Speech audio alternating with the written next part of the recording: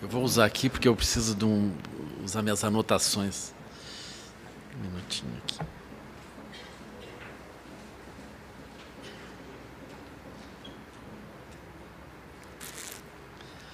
Bom, então eu queria agradecer a oportunidade. Eu estava hoje lembrando assim, vim de Porto Alegre aqui rapidamente e retornar, né?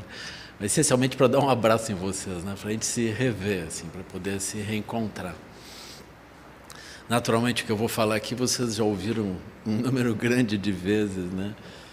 E é como para reafirmar os nossos compromissos naquilo que nos mantém unidos e que eu venho aqui falar brevemente.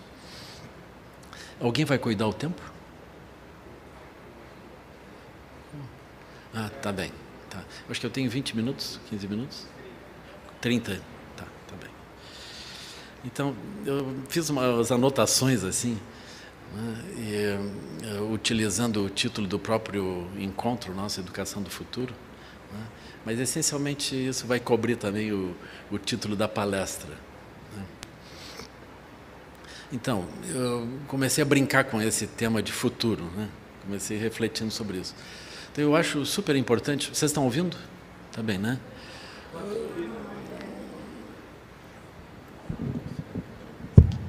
Então, eu acho importante a gente entender que, essencialmente, quando a gente pensa em futuro, nós estamos pensando em cultura de paz. Né? Porque, essencialmente, aquilo que se preserva em meio ao mundo é a cultura de paz. Vocês podem olhar assim, os conflitos eles são feitos para serem dissolvidos. Quando nós pensamos em educação, nós pensamos em preservar os valores que estão dando certo. Então, quais são os valores que estão dando certo? Eles dizem respeito a como que nós estamos lidando conosco mesmo, nas relações com as outras pessoas, nas relações com a natureza, na relação com as autoridades. Se, por exemplo, nós estamos em conflito conosco mesmo, a gente quer mudar aquilo rápido. A gente não vai tentar preservar os valores que estão ligados ao conflito conosco mesmo, nem tampouco os valores que levam a conflitos com outras pessoas, nem tampouco com a natureza, nem tampouco com as autoridades.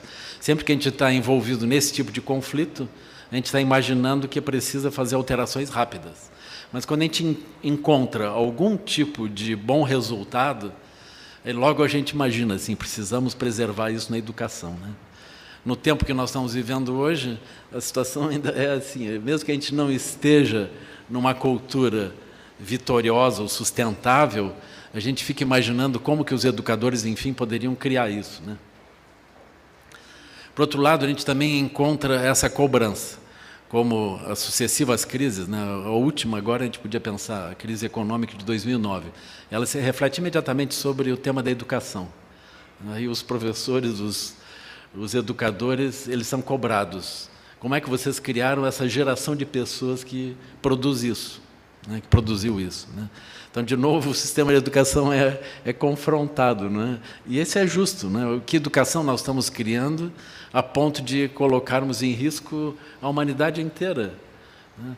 A ponto de, mesmo na ausência de uma guerra, nós temos um grande problema econômico, que a gente não consegue apontar um inimigo, a não ser nós mesmos.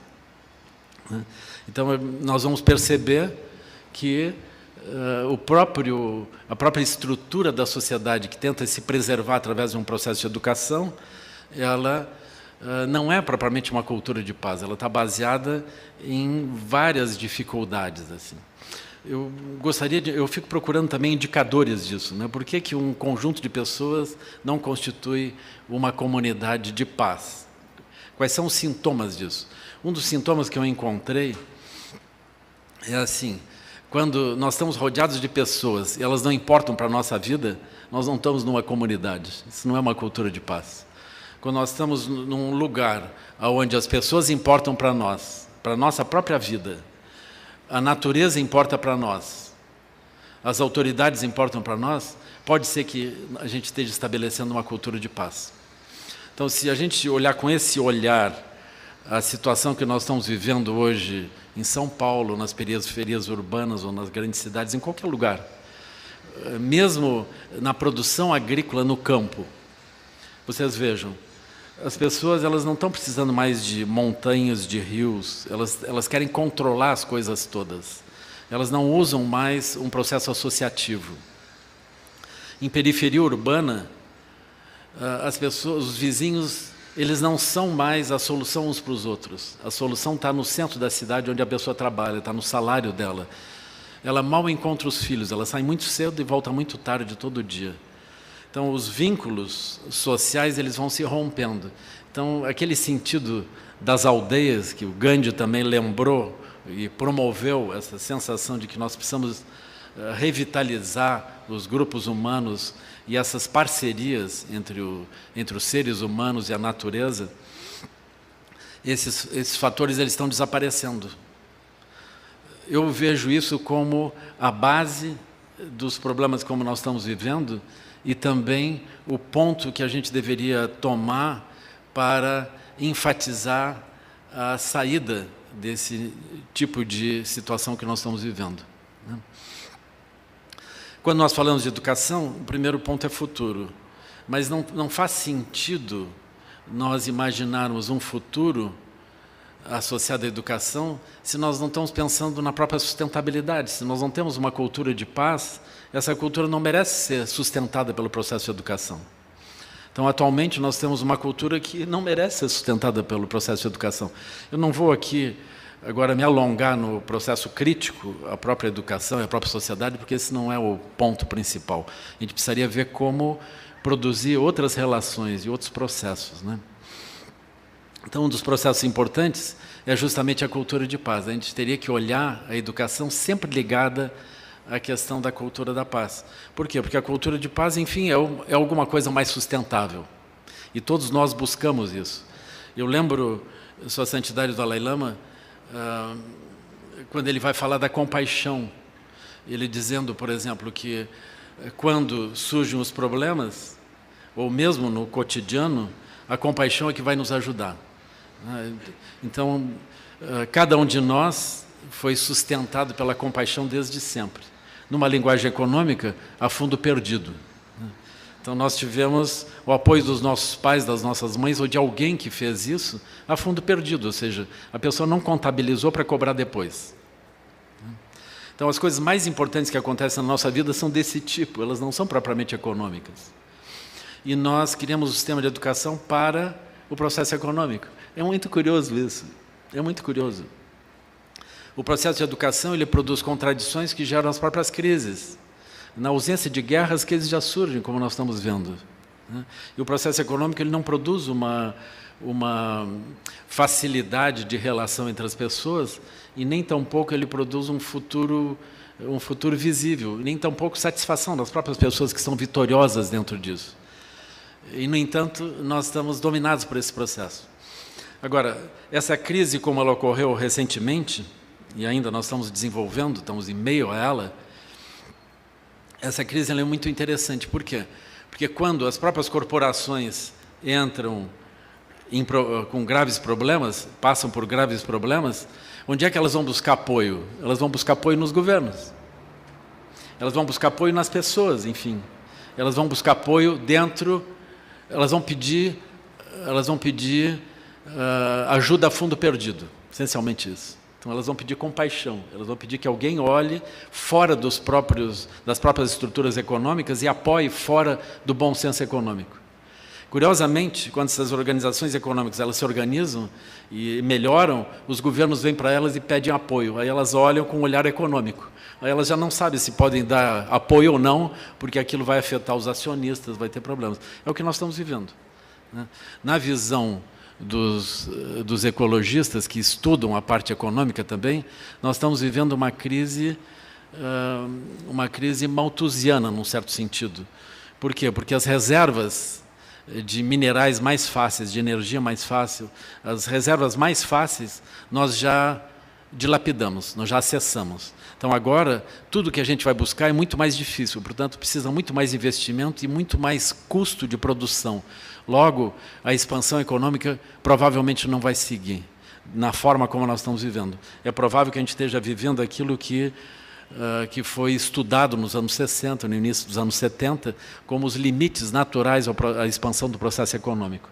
Então, essa noção de que nós estamos vivendo uma crise talvez não seja uma boa ideia. Nós estamos vivendo o processo natural de ajuste de uma economia que dilapida tudo e que produz infelicidade, enfim, insatisfatoriedade no seu próprio resultado.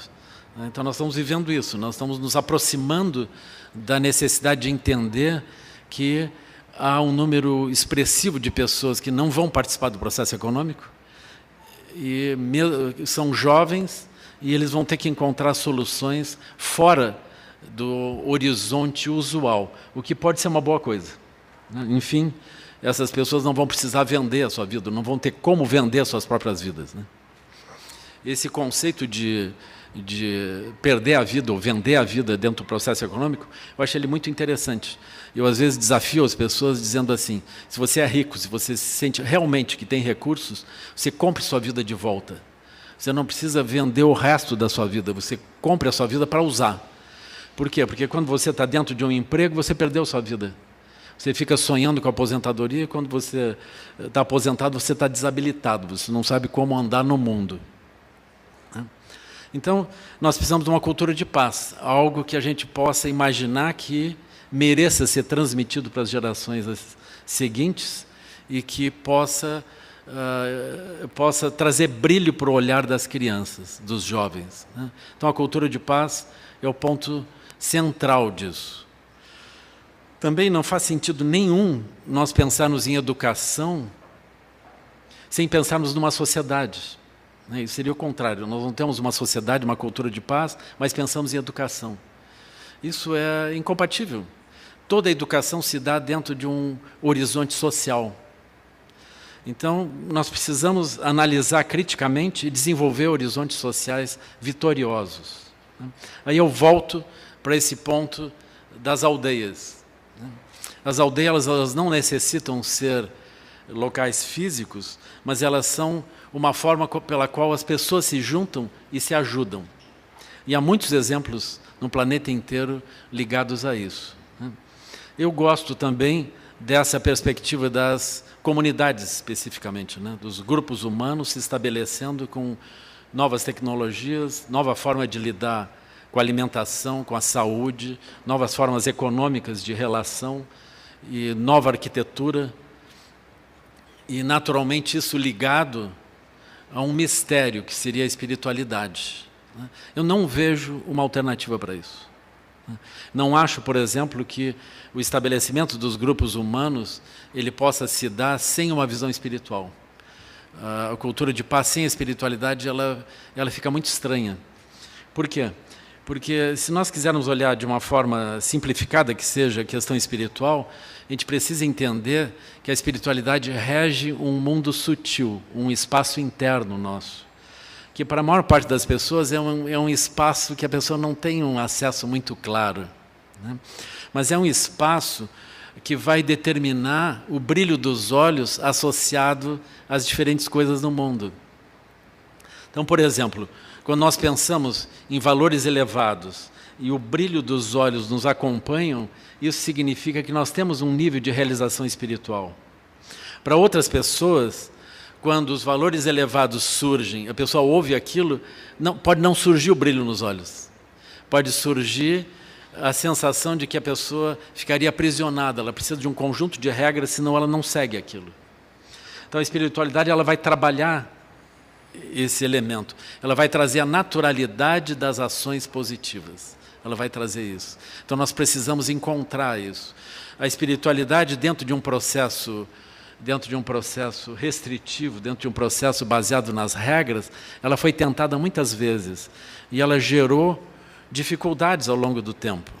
Eu considero assim que muitos psicólogos trabalharam bem essa questão, filósofos trabalharam bem essa questão, e nós vamos construindo o anjo dentro de nós, e o monstro dentro de nós vai ficando oculto em algum lugar, ele aflora.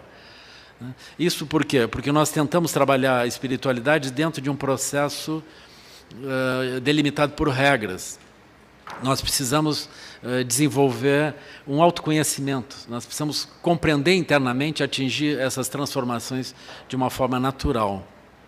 Então, na medida em que diferentes tradições espirituais elas desenvolvem isso, elas vão produzindo dentro da própria pessoa referenciais que não são nem referenciais lógicos, mas são referenciais emocionais, são referenciais éticos também, que permitem que a pessoa, ao olhar os outros, ela efetivamente se interesse pelos outros, se interesse pela natureza, que ela se interesse por si mesma, né? Então surge, a partir de um processo de realização interna, surge uma naturalidade onde a pessoa pode dizer: eu aspiro melhorar a relação comigo mesmo, eu aspiro melhorar a relação com as outras pessoas, as relações com as outras pessoas, eu aspiro melhorar a relação com a própria natureza, e eu aspiro melhorar a relação com as autoridades. Então, quando nós olhamos desse modo, nós estamos criando esse tecido social, esse tecido humano, esse tecido planetário da relação com os outros seres. No início dos anos 70, foi publicado um texto que chamava Limites do Crescimento. Foi um texto muito importante, assim, para mim também, pessoalmente. Eu lembro quando eu estudei isso, eu pensei, eu acho que eu não vou mais sorrir, nunca mais. Por quê? Porque depois eu mudei de ideia, assim, eu, enfim, continuei sorrindo, né?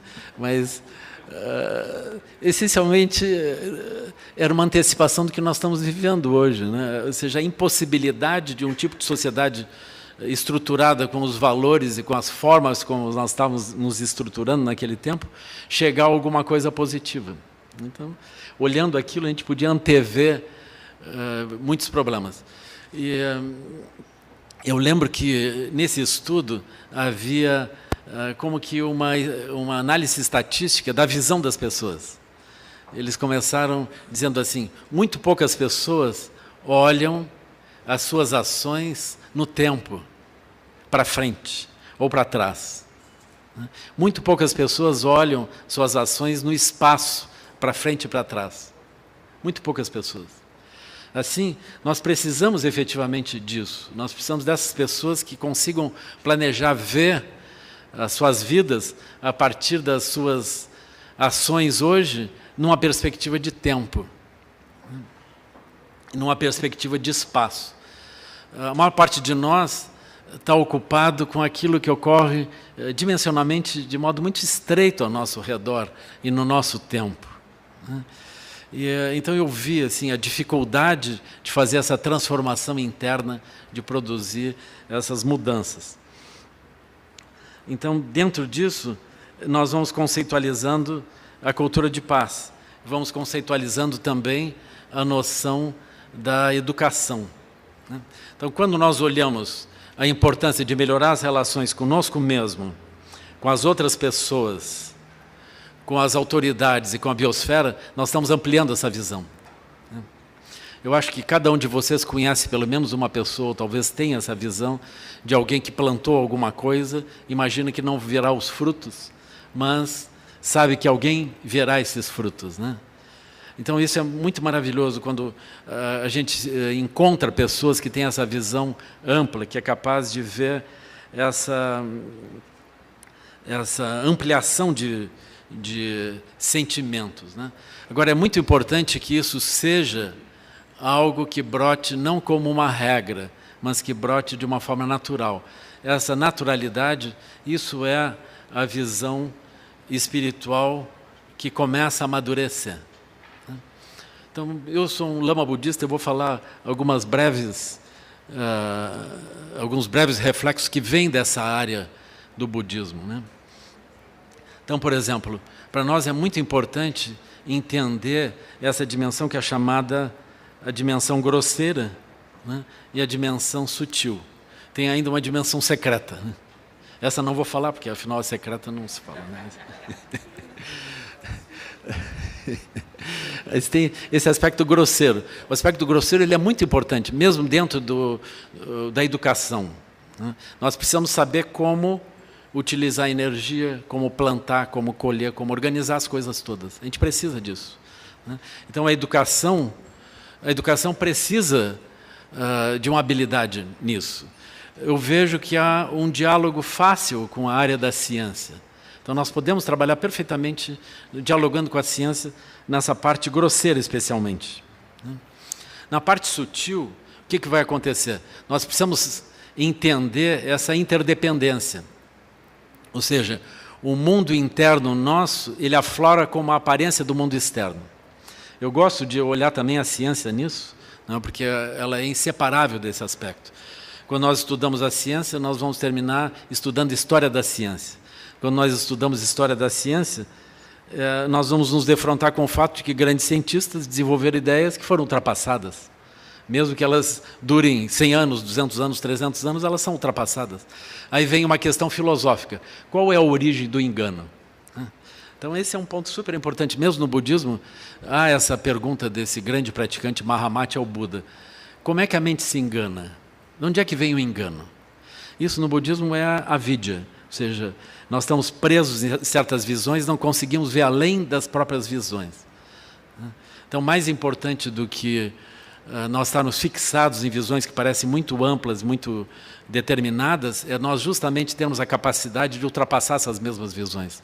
Como o próprio Wittgenstein dizia, a filosofia trabalha dentro do que pode ser pensado, mas o mais importante não é o que pode ser pensado, é justamente pensar o que hoje não pode ser pensado, é ir adiante desse limite do que pode ser pensado. É uma definição acabada, perfeita da noção de avidya. Todos nós estamos presos a conceitos. Então, é muito importante a gente entender que a prisão ela é interna. Ou seja, o que eu porto internamente, nem sei que eu porto, limita a minha visão e as minhas possibilidades. Então, eu tenho um mundo da noosfera e um mundo das coisas como elas são. E eu tenho uma contradição entre esses mundos, eu não consigo dialogar direito. Mas é importante entender que essa contradição ela segue. Então, quando nós estamos trabalhando no mundo interno, nós estamos descobrindo de onde vem a nossa sensação de solidez do que nós vemos e como que aquilo pode nos enganar. Eu acredito que o processo de educação que não introduz essa crítica, nem tampouco a experiência de como que nós nos enganamos, ele é um processo de treinamento de pessoas para coisas automatizadas. Essencialmente isso.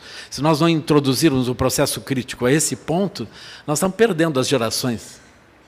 É um engano, realmente. Nós vamos gerar economistas que pensam que está tudo muito bem e 2 meses depois o mundo está explodindo. E eles não viram. Eu vi uma análise recente na Isto É, de uma pensadora na área de economia, ela dizendo que se a gente olhar estatisticamente essas pessoas que ficam, os analistas que ficam prevendo as coisas, eles acertam tanto quanto macacos que apertam botões aleatoriamente. Essencialmente isso. Eu acho super bonito, né? Eu não vou trabalhar nessa área, mas eu acho muito interessante a gente procurar os analistas e olhar o que eles diziam nos jornais, nas revistas, antes de acontecer a crise. É super importante isso, porque isso é o mapa de avidya, da ignorância. Como é que a gente pode ver coisas que não são a própria realidade e como que a pessoa pode ser sustentada por opiniões que são furadas. Isso é um processo econômico que parece sério, né? Paga as pessoas para isso. Todas elas são doutorados e pós-doutorados. Então, a gente podia botar um chapéu de burro nos professores todos que ensinaram essas pessoas. Né? É assim. Mas a questão de avidya é algo que toca a todos nós. Né? A gente precisaria entender isso, não alguma coisa culpável, mas entender que todos nós estamos contaminados por essa limitação da visão. Né? Logo, nós precisamos introduzir dentro do programa de ensino, em qualquer lugar, dentro das escolas, dos programas de educação, a gente precisa introduzir a crítica ao próprio conhecimento. Né? Nós precisamos desenvolver essa habilidade. Um processo muito importante dentro das escolas, naturalmente, então, é a comunidade, a cultura de paz que essa comunidade representa e o testemunho dos professores. Os professores eles não deveriam ser professores simplesmente. Eles deveriam ser pessoas que vivem integradas dentro de um processo, de uma cultura de paz, de uma cultura elevada. Senão eles vão ensinar o quê? Eles vão ensinar com o próprio exemplo. Então, qual é o exemplo deles? Eles estão inseridos dentro daquilo ou eles estão pegando algum conhecimento e falando sobre aquilo de uma forma não conectada? Então, nós precisamos do quê? Nós precisamos da aldeia e dos professores ali. Só que os professores, eles não são professores, eles são alunos, eles também estão aprendendo isso. Então nós precisamos entender que as escolas são para professores, para pais, para as crianças, para a própria comunidade, todos envolvidos dentro desse processo. A gente precisa entender que a escola é a própria vida girando. Enquanto nós vamos encontrando soluções comunitárias para as nossas próprias dificuldades, nós estamos gerando o conhecimento que vai ser trazido pelo nosso próprio exemplo dentro das escolas para os estudantes, para os jovens. Quando nós encontramos, por exemplo, os jovens hoje aflitos dentro das escolas, é perfeitamente razoável isso. Nós estamos pegando jovens que tentam abrir a sua visão e tentamos enquadrá-los para desenvolver aptidões, não para as vidas deles, mas que eles se ajustem a papéis que eu espero que eles vão cumprir dentro de uma sociedade que eles nem entendem, nem sabem qual a razão. A energia dentro deles pulsa em outras direções, ela não pulsa naquilo. E nós culpamos os jovens por isso. Nós deslocamos eles para os educadores e para os psicólogos, para que eles, desajustados, possam ser, enfim, ajustados no caminho das coisas sérias e reais, que, enfim, é o mundo esse afundando. Então, a crise na escola, ela não é crise da escola, nem crise dos jovens. Ela é a crise geral da sociedade. As pessoas não estão mais dispostas, elas estão nesse processo, nós estamos desescolarizando. Quem quiser olhar Ivan Illich, ele continua completamente moderno. É indispensável nós lermos. Nós precisamos desescolarizar. A ponta de lança da sociedade, como ela está formulada hoje, com todos os seus obstáculos, ela se dá na escola. É ali que a gente pega o jovem e moe ele. Quando o jovem consegue passar por isso, eu estava vendo agora recentemente um professor de cursinho de Curitiba, ele estava nos visitando. Ele estava dizendo que 2% dos jovens eles suicidam no processo de pré-vestibular. Para passar em medicina, eles trabalham 4 anos, de modo geral, em pré-vestibular, numa média assim, até conseguir passar. Aí eles passam daquilo, fazem todo o curso, chegam no final do curso, acham que eles não é o bem que eles queriam, aquilo não é a vida que eles queriam. Aí eles vão para o psicólogo. É muito comum os médicos também, os profissionais de várias áreas, terem apoio de drogas legais ou ilegais, para poder superar as frustrações e poder encontrar algum nível de apoio para se manter dentro disso. A gente não sabe se aquele que vence dentro disso é melhor ou pior do que quem é derrotado. Porque quem vence dentro disso está preso à sua própria vitória, ele precisa seguir aquilo. Mas a insatisfatoriedade é inevitável. E esse processo de medicamentalização das crises é parecido com o Gulag. O sistema soviético, a pessoa tinha problemas ali dentro, vai para o psicólogo. O aspecto epidêmico não é tratado. Então, é necessário a gente entender isso de uma forma mais ampla. A gente precisa primeiro desenvolver novamente as utopias sociais e espirituais. A partir dessas visões, nós podemos montar uma visão de escola também e testar essas visões com a nossa própria experiência. Eu estava lendo um pensador ecologista também, dos anos 60, ele dizendo: nos anos 60 eu me afligi muito e lutei muito. Depois eu tive uma sensação de impotência e entrei em crise. Agora eu retornei. Eu retornei não com a sensação de que eu consigo evitar a grande crise que vem, mas com a sensação de que eu vou fazer o possível, vou fazer o que estiver dentro do meu alcance.